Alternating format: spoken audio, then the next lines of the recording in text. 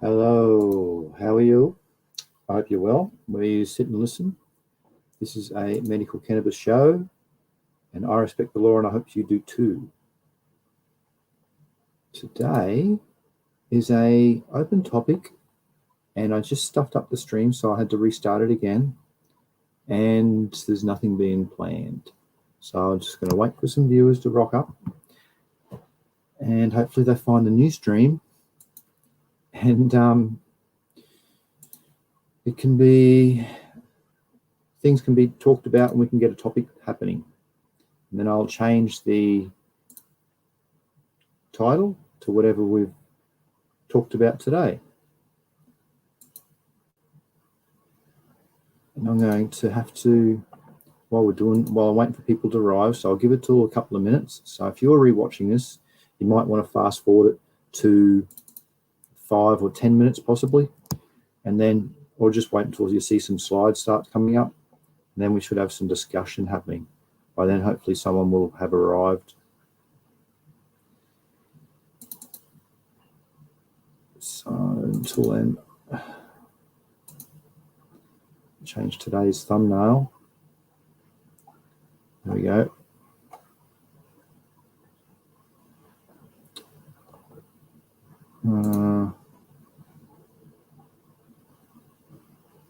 Open topic, good.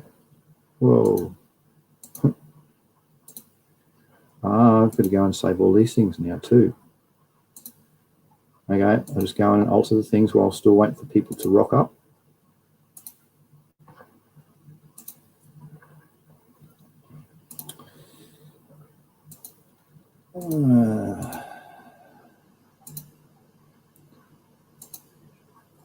Click all these things to restart the show, because the last one I didn't have my mic turned on. I thought, oh, I'll just go and just restart it. It'll be all right. And then I have to go and put all this stuff onto it again.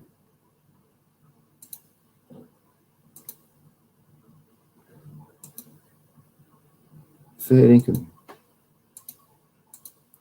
You can't change the monetization while you're still playing, apparently. Okay, well, you're live. Oh, well.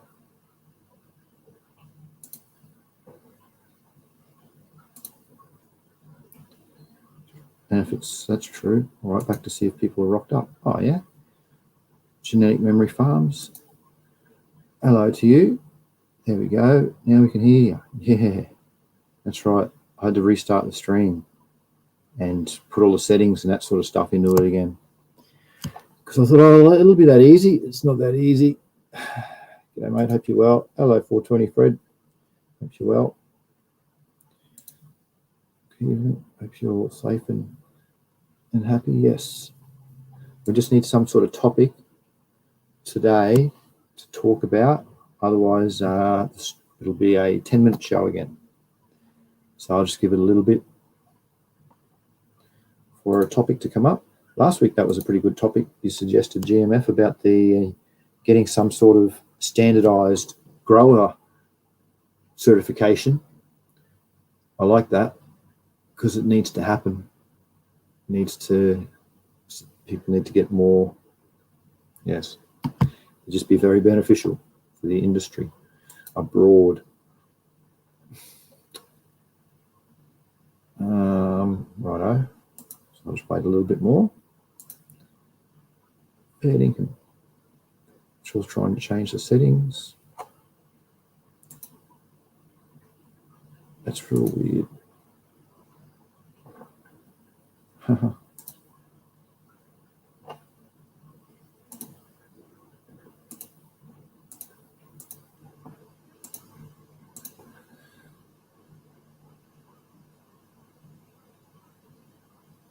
So we're on live now.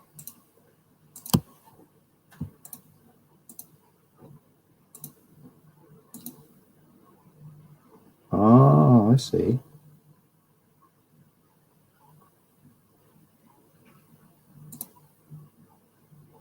That's a bit odd.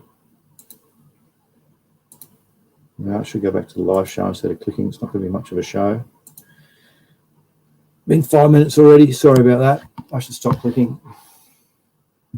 because it's medical cannabis and be good to talk about growing it or anything to do with it in general, really, because I've covered a lot of those topics already, so it's hard for me to re-talk about stuff.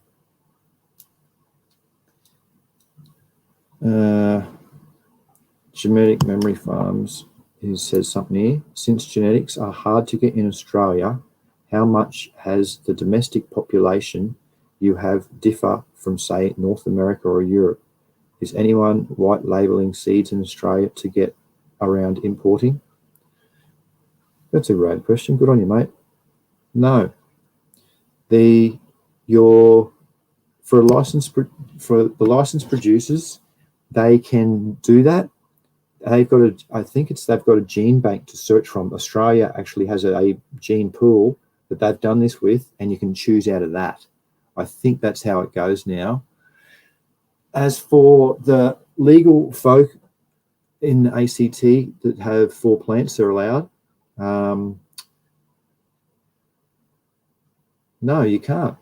You'd have to have a phytosanitation certificate, and then it may be allowed, but you'd have to have a phytosanitation certificate attached to it. As for people in Australia doing it, no. There is people doing it, but it's not allowed by the law. So, yeah, I'm not getting involved with that type of stuff. I'm not interested. But there's plenty of places to get seeds from if you are in Australia, but nothing is being sorted out legally for importing them. You could probably, you can do it, but it's a massive process. So you got to go get the seeds, apply for the Department of the standardising bodies in Australia. They'll give you the information to get it passed through. Then you'll have to have a lab that'll grow it out for you. They got to clean the genetics. You got to pay them to do all this, and then you can get it after that. That's how it's been standardised in Australia. So it's a massive, expensive process to go and do it. It's all a money-making thing in Australia, mate. They're all. It is dropping in price though, and the quality is improving. So that's a good thing, but they're not even close to getting people to grow at their own. The rest of Australia to grow on themselves legally. It's very unfortunate. It's sad. I don't get into the politics here because it's very backward. I wish it would change. There's a few politicians that they're trying extremely hard, and they're in power, and it's better than it used to be. But mate, where it's like early Californian days, like back in the early 90s, you can picture back then when they were struggling to try and get anything pushed through, recognized as a medicine even. That's how it is here. That's how I feel it is here.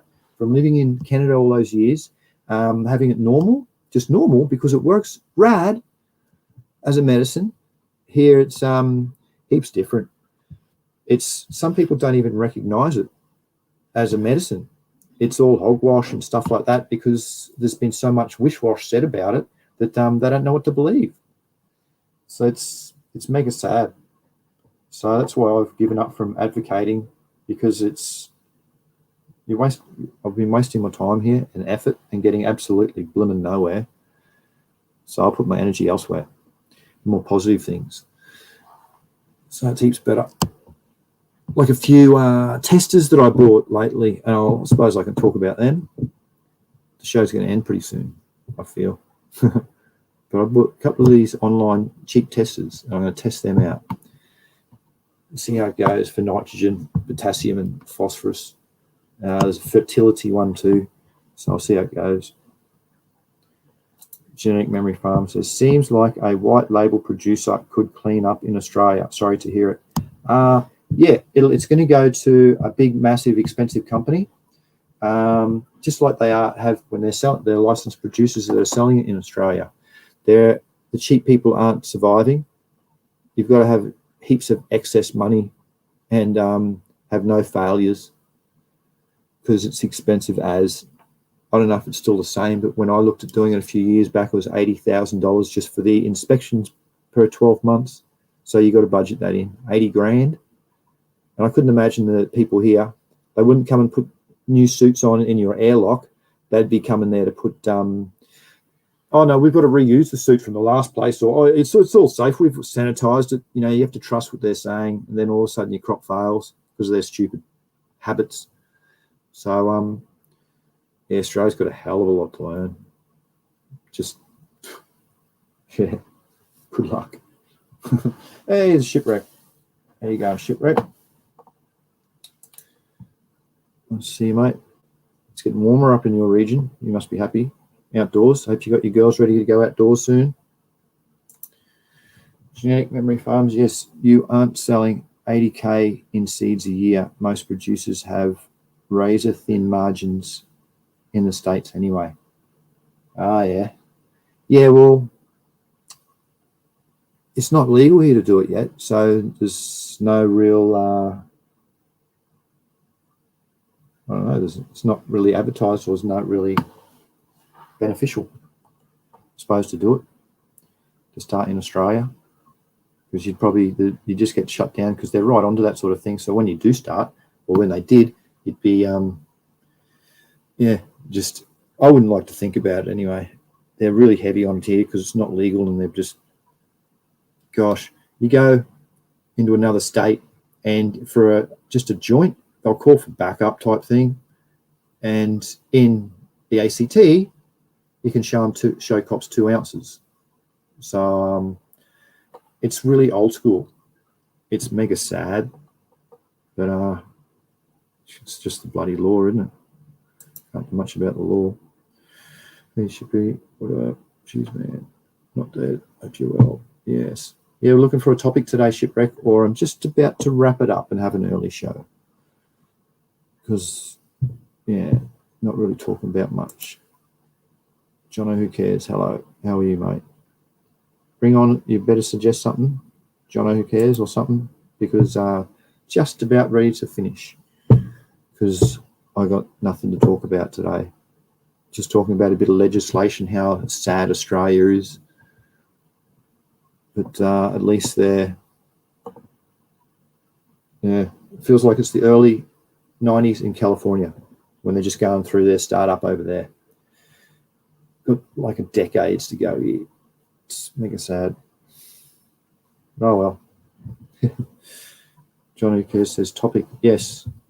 Well, need a topic, or the stream's going to end. I was going to end it at 10 minutes, 3 minutes ago, but there's been a little bit of discussion, so we can talk about a few things. But it'd be good to have a topic to talk about. Identify different.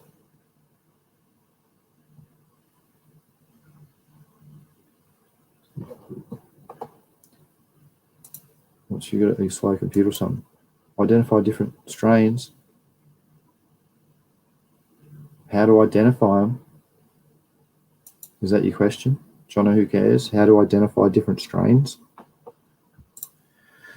Shipwreck says outdoor season is coming, so how do you guys like to harden off your plants? Oh, good question. Put it in a little bit of sunlight, only a few hours a day. So, and it wouldn't be in the middle of the day. So you give it morning or afternoon type sunlight, and then just increase it. You could do it over about a 5 to 7 day period when it can take full maximum midday sun. So I'd go about 2 hours a day. The next day I'd go probably 4 hours, and then 6 hours, and then I'd move it to a bit of direct sunlight. So I'd have, take a little bit of sunlight, then see how it went. And I'd read the leaves. I'd be waiting for the leaves to start wilting or not happy, being just too overpowered. And watch out for temperature too, because if it's too hot, that'll impede on its happiness and its stress, because you want this temperature, because you remember it's coming from a room temperature, so you want it to be something like that. So if it's coming out where it's even too cold, it might react differently if it's down near freezing level. But yeah, I hope that helps, mate. That's what I do if I was going to do something like that. Keep it, or have a greenhouse. Well, if you haven't got a greenhouse, because if you had a greenhouse, you just keep grow up near the window or move the little ones near the window, or increase the amount of indirect light it's getting.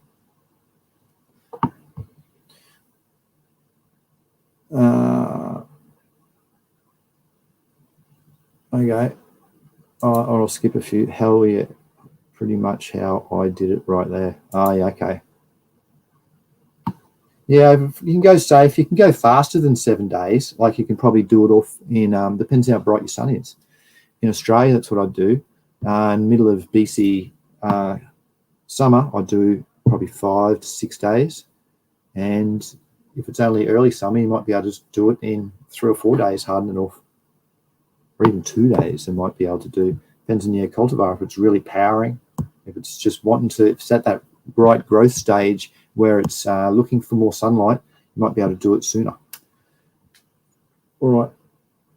Johnny, who cares, says yes. How do you identify different strains? Wow. There's so many different ways. Morphogenic expression, how it grows. So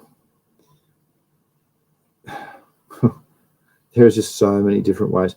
Each phytotaxonomy way to identify a part of a plant or a section of a plant is a different area which can change to something different. Like the leaf margins will pretty much all stay the same. They're serrated as per the taxonomy, the botanical name for the edges of the leaves.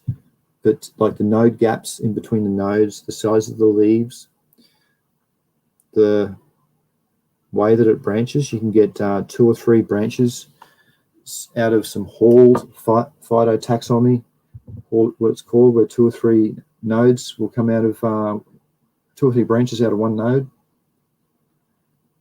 Then the smell, you've got smell difference, you've got color difference, you've got how it finishes it off difference to what height it grows. Some can dwarf, some can just stretch massively.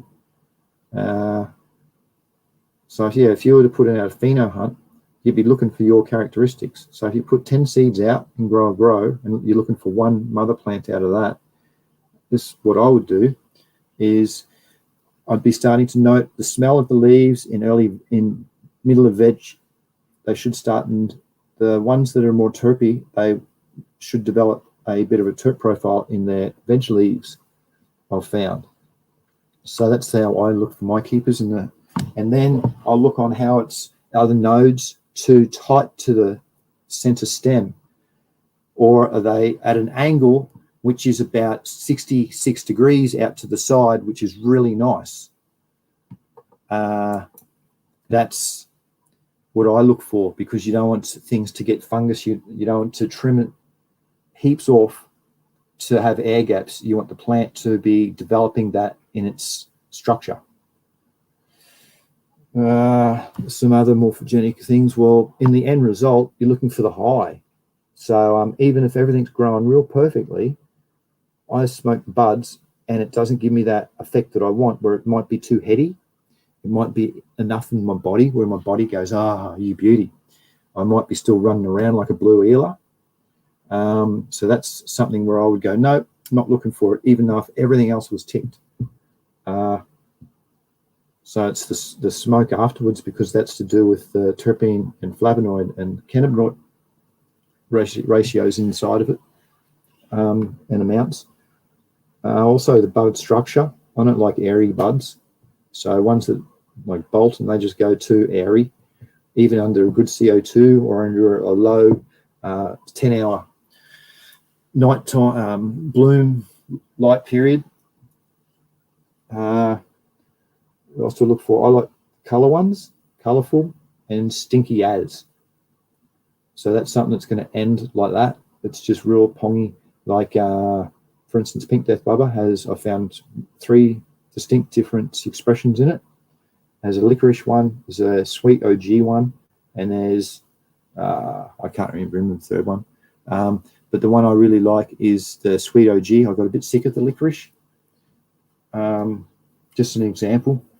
So you have to see what you get. after you harvest it.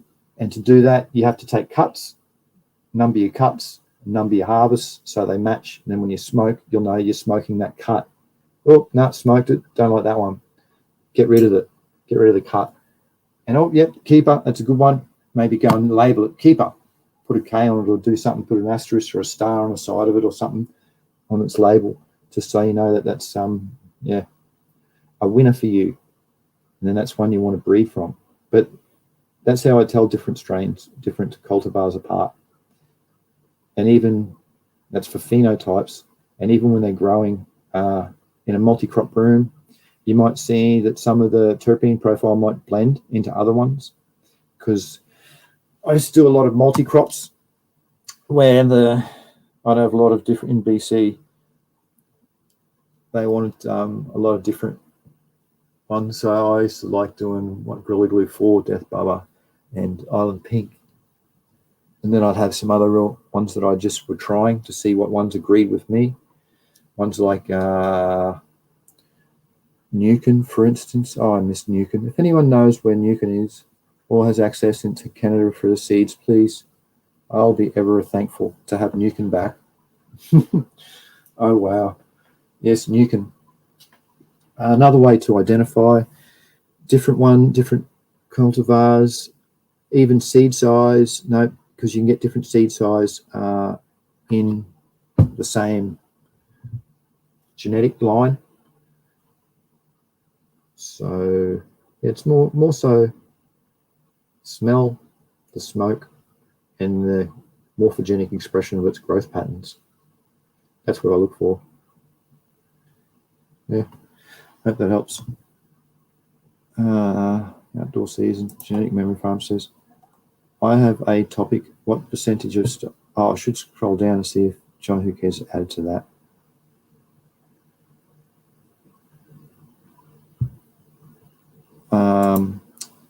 I'll come back to yours, Genetic Memory Farms. Oh, here we go. I got a lot of different strains coming into the shop every day now. I need to identify the difference between cavas and indicas, sativas and indicas. Ah, okay. Well, a way to do that is you need someone like me who has a caffeine sensitive genetic makeup. So when I smoke sativa, my heart rate increases real bad. I hate it. That's why I don't smoke sativa.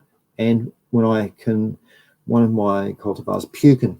Glucan was a 60% sativa dominant, 40% indica. Don't like it, can't smoke it. I crossed it with Pink Death Bubba. It became Pukin. That's, I think, 56%. I've labeled it sativa dominant because it still gets my heart rate going just a little bit. I don't like that because I'm not comfortable. I like to be just sitting the same way I started. I want to be more chilled than when I started, not bloody amped up. What's going on? All right, let's have... No, thanks. I hate that. So that's how I can tell, mate. So, and I've never had anybody really tell the difference, to be honest with you. I'd love to hear what other people say, the difference between how to identify the difference between sativa and indica. But yeah, that's how I do it. It's pretty accurate too, I find, because from going into the dispensaries in Canada, I'd get ones where they have their percents because they get theirs tested so they can know the percents of their genetics. And I could go, all right, cool. This is like an 80%. Oh, yuck. Like, what's that lemon one? Super lemon haze? Is it that one? Something like that. Oh, gosh. I was just being, oh, yuck. Can't sit still. Yeah, so I just learnt pretty fast. It's with the ratio I can hack. Maybe 55 sativa lima. Sativa, I might have that because that might just be enough to get me out of my chair. And all right, today I've got to do this. Something I didn't want to do. But it's a pretty good question, that. I suppose the real question I'm actually asking is how to identify weights good by look. Obviously, you still have to smoke it. How do I identify weights by look? Well, because you got a dispensary, you got a great bag appeal. So that's what grabs people's eyes. The bag appeal is having something, a real tight looking nugget with really rad color expression. So in your cabinet, I'd hope you'd be having white lights to make the bud colors really look good, or whatever LEDs make them really. There might be new ones out now that can bring out the color enhancements so people can really see it. So that's one thing if you're in your display cabinets. But yeah, you want rad bag appeal to start with, because people go, oh wow, look at that tight, something where you drop on the bench just from a little height and it goes dunk dunk and it bounces. It's really tight. It's really, well, the top shelf stuff in Canada were always above your thumb size. Anything that's a pinky size and smaller is in the B bin, so you don't sell them, or you can sell them as seconds to be washed. But the thumb size and bigger. So you'd be looking at nice chunks that are very tight and very colourful and frosty. That's what you identify really good. Then you get your microscope out. We remember talking about the microscope, and you look under it and you want to see how they've handled it, because it's extremely important as a dispensary owner to know what your product's been handled, because you can do that everything. But if the post-harvest productions has been shit, in other words, you see a lot of ruptured trichomes off. Here, I'll pull up, because this is pretty important. You were mentioning about this. I'll share the screen here.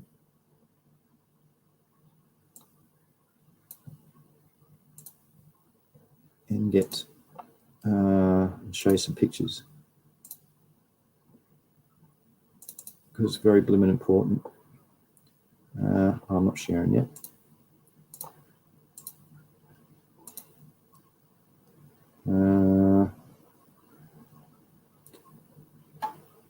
Share screen to this thing.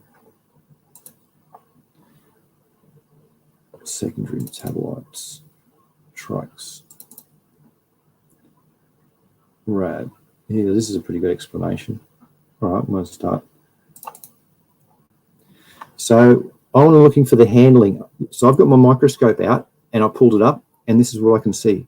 So if I've seen, this is what I want to look for, a beautiful, mature, bulbous head. So it's got the glandular stalked capitate on it, and it's got the bulbous head. The sessile ones here at the top right, that's not as mature, even though that probably is mature because of the size of it. But I always look for this and how it was handled. So if people are rough handlers, you'll see just this and the top bit's gone, because they've taken it by touching it, or it's touched something else and stuck to it, because this is the big resin bulb, mainly the bit that we want. There's other properties in different cells, but that's got stacks in it. So yeah, under the microscope, let's have a look at the next one.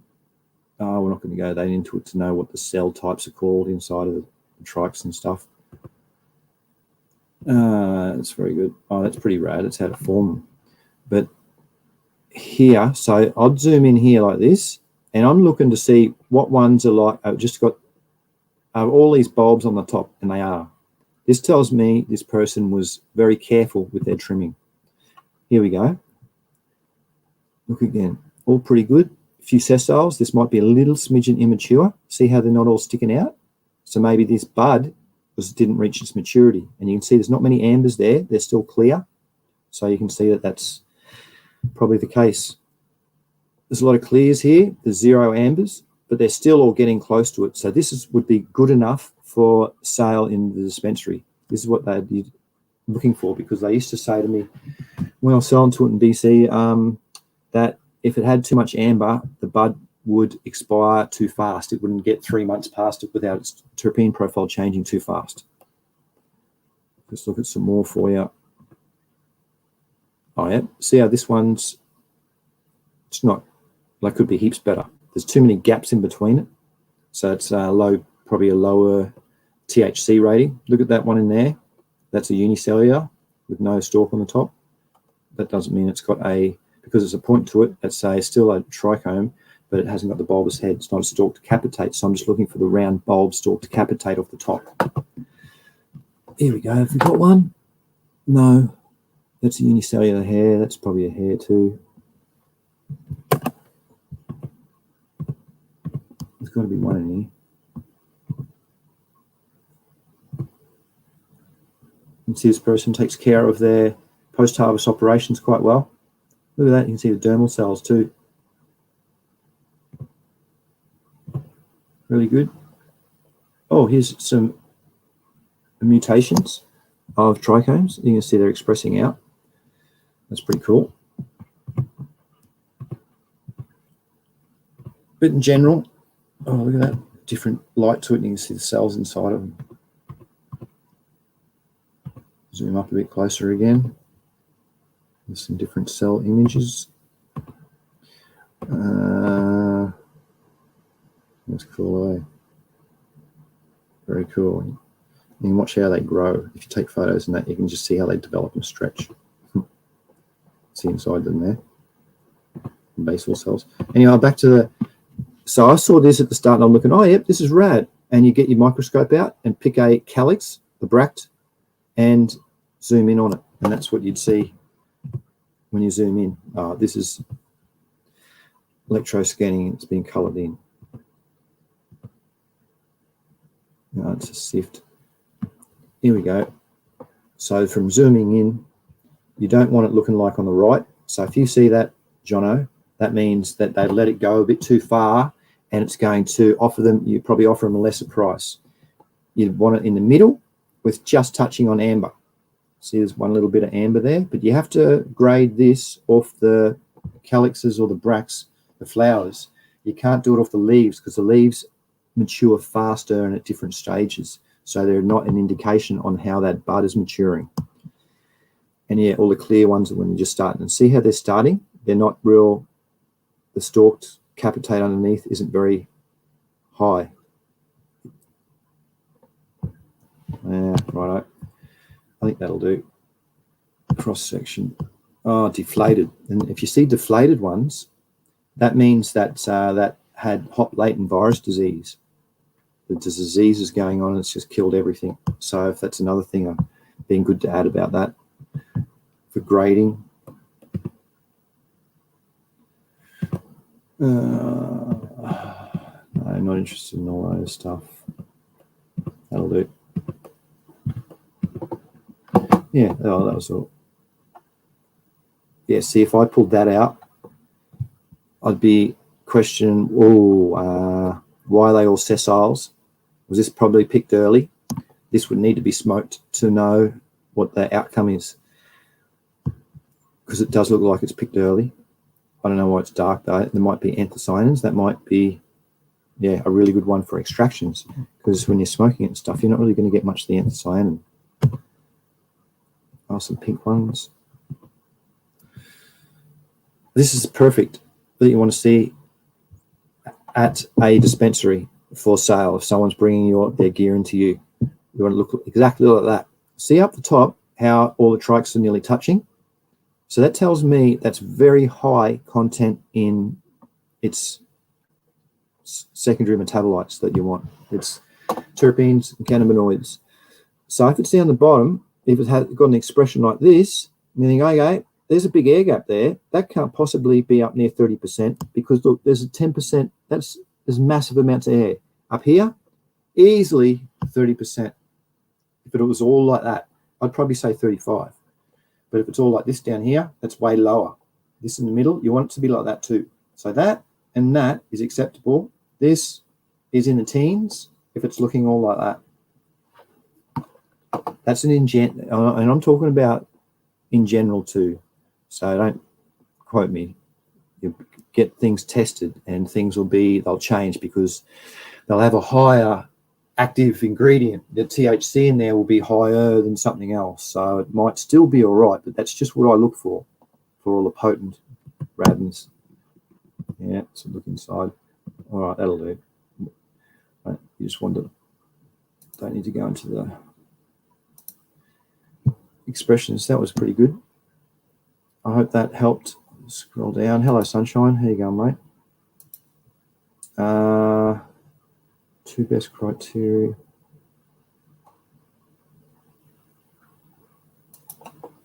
GMF says, oh, he's got two best criteria that he reckons is smell and aroma. And then the second, GMF says, is visual. So get a 20x loop or a magnifying glass, and you'll be able to see the trichome density ripening. Thanks, GMF. And he goes on to say too, if you are looking at guessing lineage, I would go by morphology, specifically leaf morphology and internodal spacing. Thank you for your input. Newcomb is so damn goes. Hey, it's near you. It's just south of you. Oh, yeah, that's right. If I find, yes, please. Yes, I couldn't believe it's still my number one. It was just this tropical fruit, and it grew amazing. The tightness of the buds, it ripened. I swear it had the early flowering gene in it. It ripened maybe day 50. It was just blimmin' excellent, mate. Newcomb, yeah. Okay. What's he say? GMF says, Devon shipwreck, damn Canadians, and new goes. Hong on. GMF's got Malawi running at the moment, hoping it makes paranoid and hyper. Malawi, is that the Hawaiian Maui Wowie? Is it? Yeah, funny. Jono, who cares, says, yes, Smoke Day, new product that came in yesterday called Blood. Honey as meant to be a September, but gave me the full indica effect. I honestly felt like it was noticeable. Oh, very good. Yeah, start noticing all these different effects that you get from them. A body high, the head hit, all these different things. And you want to make sure too when you smoke it, there's no throat hit and no abnormal headaches or anything like that. That means that they have grown them with extra chemicals that aren't beneficial for us. So that's extremely important when you're testing it out, mate. Notice that. Smoke the same way every time, like out of the vape or out of the joint, or same way every single time that you do to grade your weed. I used to do it in my volcano. So I knew by the end of the second bag, I would have a cough if it was a good strength that I wanted. That was one of the criteria. So try and get your smoking criteria in for keeping the normalities up. So when you do change your cultivars or strains, you can notice big differences. GMF says, we eat with our eyes first before we ever get it on the fork. Oh, yep, see, bag appeal. So I just have to smoke it. Oh, eventually, that's one of the criteria, is the smoking. Because remember, bag appeal, people will pretty much buy it, even if it's not the best. They just think they got a placebo effect. It'll still get them to where they want because it's still pretty strong. So yeah, bag appeal is extremely important. Oh, thanks. I want to learn how to grade the products. Yeah, you're welcome, mate. Keep asking the questions, because I gave that a brief rundown on the grading. Another little thing you can get is a what do they call it? It was a $500 testing thing that went up to 30% THC. They used to have it in the dispensaries. They put the product in, and I broke their machine twice. 2 times they had to call the technician. It's bloody broken again. It was from Gorilla Glue 4. And it's still probably one of the strongest I've smoked. But that's another little handy tool too that you'll need. I love close-ups. Oh yeah, nice. Yes, they are really good. It's a good way of telling how the product was grown and how it was handled post-harvest too. It's another thing too I found from looking under the microscope was that another adulterant they can add to it is this stuff where once the buds are dryish, you soak it in this product, and then you re-dry it, so it ends up with a little bit more weight, a little bit more frost, and that's about it. So the person selling it profits more and you can't tell the difference. It looks frosty. But under the microscope, it looks like someone's put all flour out on the bench ready to bake something. And I said back in the day, what the hell's this? And then looked at a bit more and looked at and thought, oh, you're kidding. Investigated, and yep, that was the case. So it was, microscopes are extremely important when it comes to helping for grading. GMF says, Jono, get yourself a macro lens for your camera. Oh, yeah. That's an all right idea. Macro cams for your camera. I've got this little, you can't buy it anymore. I got it in, 19 years ago. I swapped, I think, 2 or 3 God bud seeds for this handheld microscope that's got 40 to 80x in it, and I still use it to this day. I've used it over thousands of viewings. It's really just the best. And that's what I used to take into when I was going into the BC dispensaries. They all looked at me weird. What the hell is this bloody bloke doing? And I'm looking through, because you can see through clear things. So you don't need it to be out and touching the front of the lens. You can see through bags. So I was looking at the buds, and yeah, and then all of a sudden I'd go back to the dispensary a few weeks later or a month or so later, and they've all got microscopes too. That was on Vancouver Island that happened, and it helped me immensely because I wanted to see how much, because I like the amber trikes, because I like the hard hit, the couch lock, and I wanted to see how they grew it, and it was cool to see. So it was pretty much, most people picked it a little bit early, so they were at the clear to cloudy, and there wasn't much stalks capitate, but it still looked good from the outside. Still had bag appeal, still looked frosty. You wouldn't be able to know until you looked under the microscope, and you can know, oh, because what there is the buds, the plant's not quite mature, so it hasn't quite reached its potential that it could, its genetic potential for its THC, for instance. So you might have 20% instead of its potential of 25, as an example. So yeah, I really used to got into that. Those close-ups were bloody excellent. Lens not leash out. See. Oh, that's good. That was perfect. Okay, rad. You're welcome, mate. Good. I've noticed that people are using PGR here now. Yeah, that's hard to. How you rule that one out is you ask another question to the grower, is their feeding program. So don't sigh or don't say it has to be organics. Just say to them, what's your feeding program? And then they'll say, yep. Well, what chemicals do you use? And they'll go, oh, we use this. And then you can go, oh, okay, this is the PGR version. I'll go, yep. So you'll just write it down, and then that'll be in your intake notes for that grower. And then you'll, you might want to, if you're desperate, you might take it and note it. Don't ever smoke it because it's cancer causing.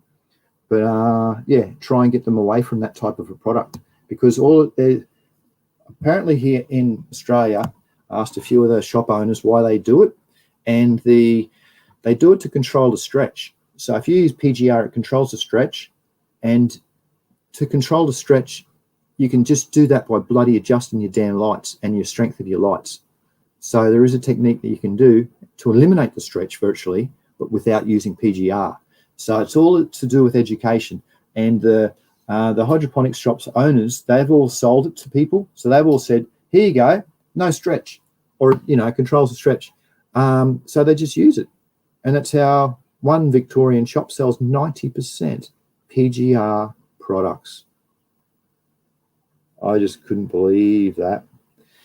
So it's mega important to one of the criteria, because you want to be one of the most healthiest dispensaries around, focusing on people's medical interest, not just a get high shop like everybody else. And that's what will stand you out against everybody else. They'll be driving across town to come to your place to get your product because you've put all this care and effort into it, into trying to get a good product.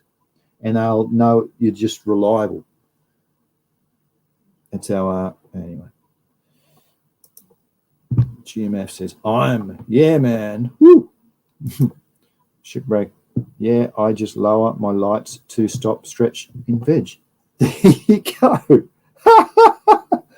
That's exactly right. It's to do with the intensity because they're trying to get more when they're in flower in week 2.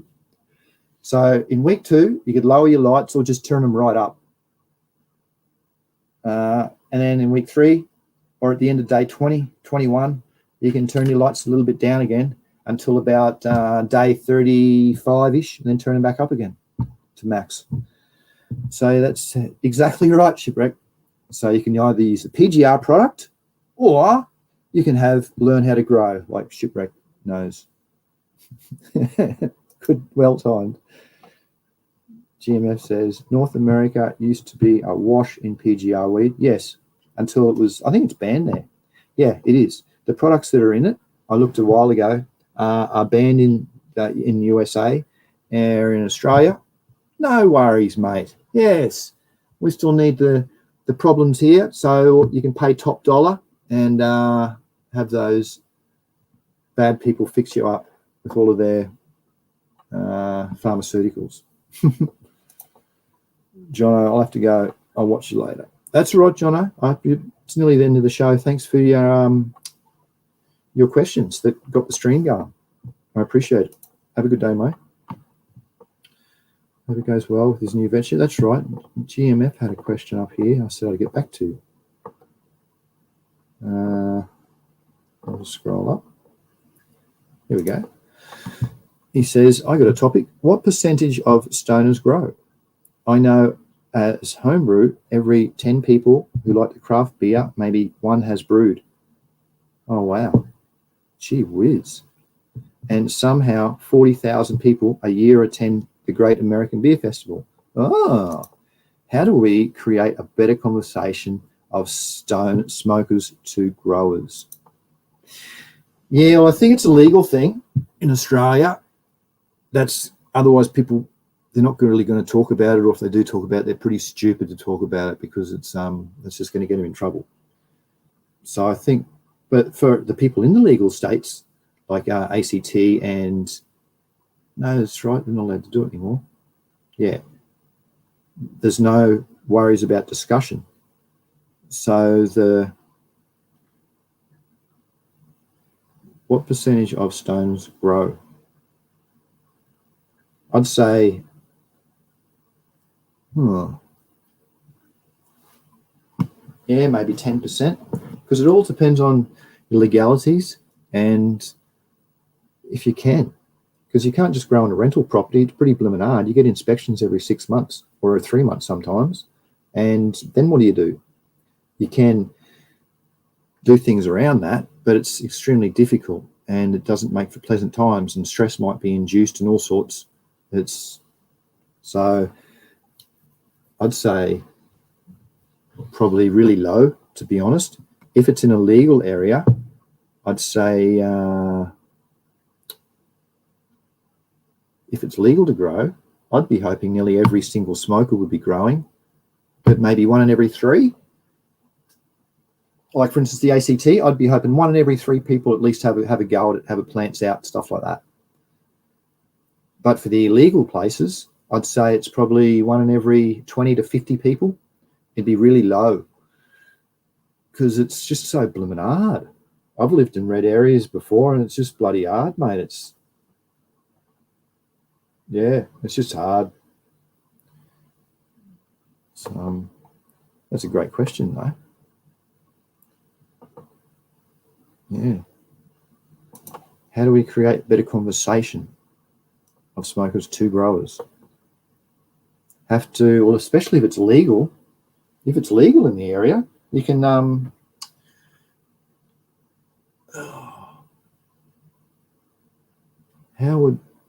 once it's legal in Australia, I'll be doing a seed giveaway once a week. So that helps them with genetics. And then all they need is just a little bit of potting mix or some sort of blends they can get from their local shops. And here you can get a good start. For our major hardware, they've got organic products now, substrates that can get you under $50 will get you 4 pots worth full of really good organics. So that's how I'd probably suggest people to get into the smokers. Yeah, just by seed giveaways and the legals where it's legal, and yeah, about the substrates, and probably trying to do I always promote living soil, organics. I always promote all that type of stuff. So that's what I'd do. But yeah, it's pretty hard, challenging, I suppose. Now it's because that's the legality factor comes into it, and well, I don't want to be promoting people to get in trouble, so I'm not going to be pushing those types of things. Let's see what has been written since then. I have to go. Yep, that's cool. Genetic Memory Farm says, I have noticed that illegality makes more growers here. Oh yeah. Once you could buy it at a store, less people care to put it in the effort to grow it. Ironically, I think better access decreases growers. Oh, hey, well, I can add to this one. How about the example in Canada? It's when a pound price has come down so low that for a home grower to grow it, it's not viable. And that was the case. I don't know if it's still quite like that. It might be a little bit higher now, but a few years ago, especially, it was that was the case where people were stopping to growing it in Canada because you can go to the dispensary and get ounces are still $50, $80 at the dispensaries, because I still get messages from those types. So it's still mega cheap and for mega good quality. So yeah, I don't know especially I wouldn't. If I was renting, I wouldn't do it, because if I can go and get a couple of ounces for a couple $100 and be supplied for the month, why? It's a pretty big hassle. Like, it's not. It has to be. You have to be a passionate grower, I suppose, to do it and want to genetically improve your stocks, or be tight on money to grow. So it's, yeah, the legality factor. But yeah, you've noticed that illegal makes more growers in the States. Yep. Well, probably because it's nearly federally recognised, and half of USA is sweet. There's only a few, Ohio, and a few places that still think that medical cannabis is devil's poison. So it's just all legislation rot. Remember, it's been legal all over the planet up until 200 years ago, when they thought they could get much more money out of it by stopping it, and then it went blah blah, and yeah. So that's what I reckon. I hope that it changes soon, that more people can have the pleasure in trying to grow. I know, especially in Australia, it'll be a hit once they can do that and open up dispensaries. That's what it should be, like Canada. Everyone can flower 6 plants and veg whatever they want. Oh, that's not Canada, but that's what it should be. Veg whatever you want and 6 plants in flower. So if you're going to have any failures, you can all of a sudden, bang, and fix it up. Within 2 months, you'll be right again. Where if you only have the 6 plants, all of a sudden, and it's mid-flower and they fail, you got nothing to smoke, and you just wasted 3 or 4 months. So once they realise that, they'll be more favourable to help people medicinally, or maybe they can introduce medical licenses, was how they got around that in Canada. So that might be an alternative. Have medical licenses here where we can grow minimum 15, up to our 50 or whatever we want if we extract. So just be a bit more, and then that'll bring the price down, and it'll help a lot for the medicinal patient. And then hopefully by then they'll have the dispensaries opened in Australia. And then instead of going to the bottle-o or the local liquor shop, you can go to the dispensary and grab a nice little bag for Friday or Saturday night. And I used to still do that. When I was in Canada, I used to really enjoy doing that. Probably once a month, I didn't mind going to dispensaries and trying something new. And yeah, it was really, really enjoyable. Maybe some live resin. Yum. It's good fun. Genetic Memory Foam says he found that the beer specifically, now that there are micro and nano brewers, only the most dedicated will actually make it. Same with cooking food, only people who care to garden and cook in common. Yeah. Yeah, I reckon its price will be a big thing. If they can get down to like Canada, I don't think many people will grow, home growers. It'll just be the passionate ones. But if it can be expensive as, I think that's still going to get people interested because they can save money in the long run. And for passionate people, they will just be interested because they're passionate. Yeah. Shipwreck says, very true. Yes.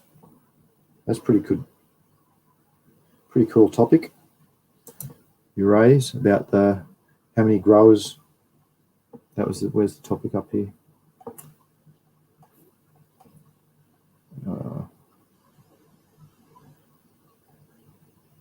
Yeah, there it is. That's what we were just discussing. It's interesting. So yeah, I think the novelty will probably be around in Australia once it goes legal in 5 bloody years' time or something into this decade. The novelty will be there. Everyone will want to try new genetics. All the world will already be over it all, and they'll be like Canada, wherever you fly. You just that was one of the funny things. Taxi drivers, they did a survey in Vancouver where one of the most asked question to taxi drivers when someone first got in the car, and it was, can you take me to the dispensary or information about the dispensaries? And yeah, so it's extremely popular. So once the world can be recognized like that, Australia will be just into their very early stages of it becoming legal, and probably everyone will still be trying to grow then before it comes cheap. And maybe by that stage, it'll be that's what'll happen. And by that stage, it'll be so cheap everywhere in the world, you can import it here and you'll be able to get your $50 and $80 ounces down at the local stores. So they'll discourage people to do it because, you'll cause too much fire in your house. Remember, like there was in Canada when it became legal, the cops were going around busting people and checking on their certifications of their grow lights.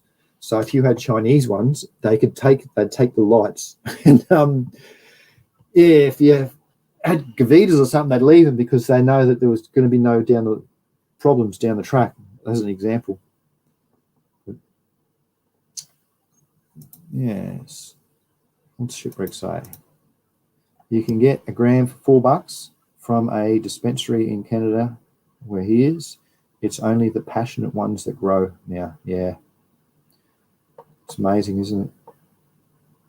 Well, my friend that he was a licensed producer. He used to produce, he had 3 different setups, and he's got none anymore because of the price. It's just all gone down. He was still making money. He was one of the few that were making money because of his technique and how things went.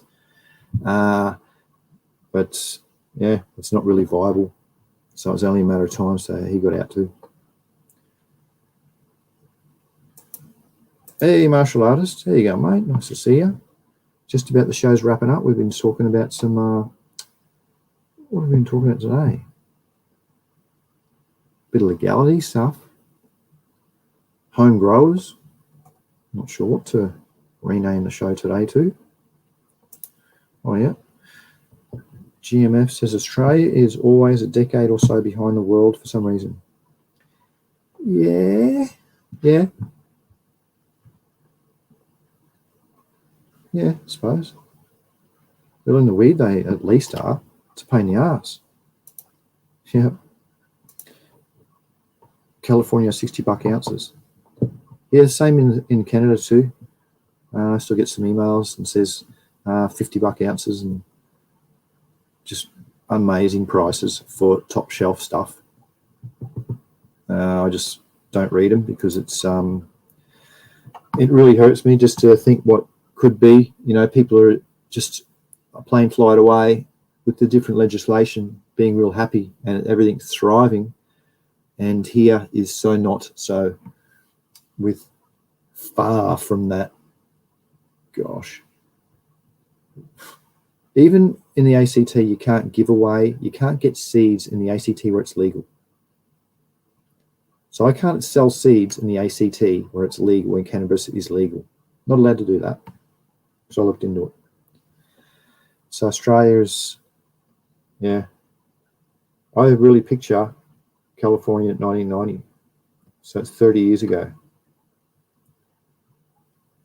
Yeah. Oh, good luck to the Aussies. Not much is going to change. Well, it's been an hour. We got to the hour. What can you help me with renaming GMF and the few that have stayed around? What can I rename today's show, please? What's the title to rename it to? Just scrolling up. Oh, grading. That's right. John Who Cares said it's grading. And the trikes and stuff like that. Oh, yeah, okay. Gee, the chat helps a lot. And about the seeds. Oh, yeah. Seeds and grading. So I'll put grading first and then seeds. And then what was the last thing we're discussing?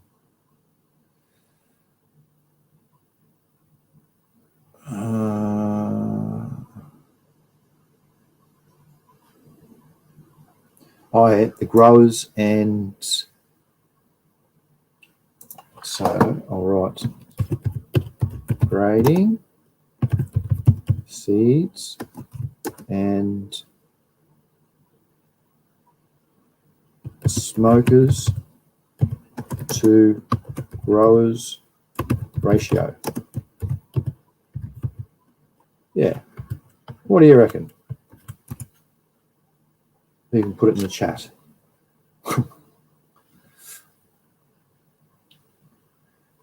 Where was that when I was young? Says Shipwreck. Yes. Yeah, wouldn't it change? That's right. All those things.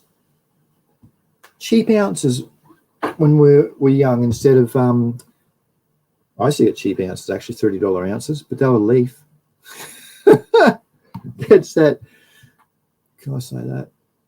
No, I don't want to say that, just in case. Oh, you like that title, huh? Hey, look, am I not, what do you call it? Monetized. That sounds good. Thank you. GMS says, this could be an advantage. The longer Australia keeps things locked down, the more home grow will likely thrive. Yeah, I agree. Make use of that. Oh, okay. Yeah, we might be, let's say next decade or even 2040, Australia might be one of the leading genetics sources for cannabis, medical cannabis, possibly. For that reason, I could see that happening. And of course, a lot of bro science has got to happen here first. There's a lot of growers and they've got to get into their grow bro science and share their crap that will just sway people off and make plants die and do weird things. That'll also help probably with creating good genetic resistance too. So there could be a few good positives coming out of this. I like the way you're thinking, GMF. So yeah, just there's in ACT where there's nearly 500,000 people where it's legal to grow. There's 2 hydroponic shops. 2. One of them's crap. One of them's owned by a bloke. He doesn't grow. Oh, hang on. Sorry. He does grow. He grows bonsais. He doesn't know a bloody thing about cannabis. So, yeah, things could probably thrive. I agree. Shipwreck says, you guys get to sit back and watch how we all do it wrong. Yes. Or how we've all done it wrong. Because you learn by your mistakes. And my oath you do. Like the overwatering one, everyone's done it. And probably even done it a couple of times like me. When things were right up the back of the room in the back corner, it was hard for me to lift pots up. So I always struggled, and I had a few times where it just didn't go well. But you learn. You look at the yield and you go, oh, oh. So now I know from what the growth is like from that being overwatered. So it's still is. So it was good learning. Yeah, shipwreck. I still overwater. See, it still happens, but it's good fun. Learning from all your mishaps, and you can usually pick up on things a bit better. I've got a lot more gauges now, so I don't guess things. So it's pretty good. That's why those soil fertility gauge will be interesting, and the nitrogen digital NPK meter I'm getting. I can't wait to put that to the test, because I like playing with organic enriching organic substrates. So I did it a while ago, adding ammonium to it, and it was so friggin' strong. A little bit, I inoculated ammonium into some straw, and it was so strong I could only put a mega thin layer out, because the plants reacted and they showed that burnt feeling when they wilt a bit and shrink and burn. And yeah, I thought, wow, this is so strong. So it'd be good to know. And guessing's hard when you can't see molecules. So I hope to do well from these meters, even though if they're not that accurate, if they can give me some indication that that level has gone up or down, or even not there, or if it's too toxic, or I've got a couple of digital salt meters coming too, which tell the electrical conductivity of the substrate. So it'll be good to see if there's too much salts actually in the substrate to start with, and what actually what those mineral contents are. That's we'll talk about that soon when I've had time to play around with them. Genetic Memory Farm says Australia really needs an extremely high quantity white label seed maker, so we only have to get a small number of seeds through. Oh mate, there's a few of them already that go here. If you just Google it, they come up. I don't know how they're not shut down. I'm not interested to be interested. I'm not even want to talk to them or anything like that. Not interested, because it just goes with problems. I don't want problems. I've had problems in the past. I don't like getting knocks on the door and all that sort of stuff. So yeah, I'd just rather do the right thing these days and have no hassles. But that's what Australia does need. As soon as it does go legal, mate, I bet there's a few people just waiting to press, upload on that website or something, because you have to import them. Otherwise, and importing it always runs the risk of problems. So yeah, not other companies do phytosanitation certificates with their seeds, and if they do send the phytosanitation certificates, they're always expensive. Like you're looking at 3 or 5 seeds, might be $200 Australian landed, because it's got a phytosanitation certificate. So there's excellent money, probably more money to be made in seeds down the track than there is in the actual the green leaf the buds. Just down the track, there'll be other products derived from it that will be more profitable, like how they're really capitalizing on the beer and additives from CBD. You put CBD into some lollies or gummies, and all of a sudden you add a 0 to the end of it, type thing. And you put in so little amount. Like if you were to get an ounce at the dispensary or at your dispensary and extract the oil out of that, that will be enough for, wow, say 200 lollies. No, actually, probably 500 lollies at a guess. And if you were to buy those lollies, they'd probably be, I don't know what, they're at least $3 or $4 each. So you're looking at a few $1,000s. So it's there's different ways that the product's going to be utilized down the track that's going to be more profitable, I think. And that's a bit off the track, but Yeah, I like your idea. There's good money to be made with the white label seed makers, mate, when it becomes legal. That's for sure. Well, is that it for today? I reckon it is. Thank you for helping me get a good label topic for the show. I think it was good. The taxonomy one is very important, and I'd like to help Jono, who cares, a bit more with his dispensary, because you can fail mega fast from having the wrong products. I got offered a job as a dispensary technician for grading when I was in Canada. I didn't take it, but I did used to help out though to get them started. Yeah, something's going on. Martial artist seed sale high for a year or two. Certain point after laws loosen and some form legalization, then they will fail. It seems to sob ready for that window period. Yeah, that's right. Martial artist has seen it all. He knows.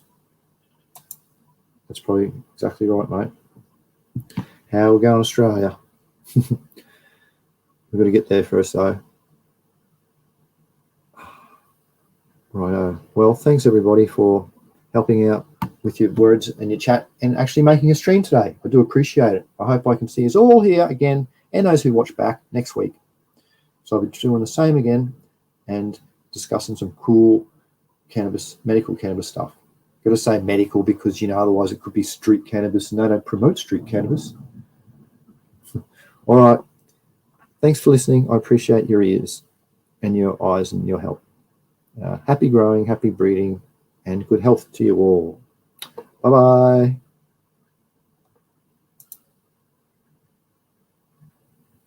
Thanks, mate. See ya.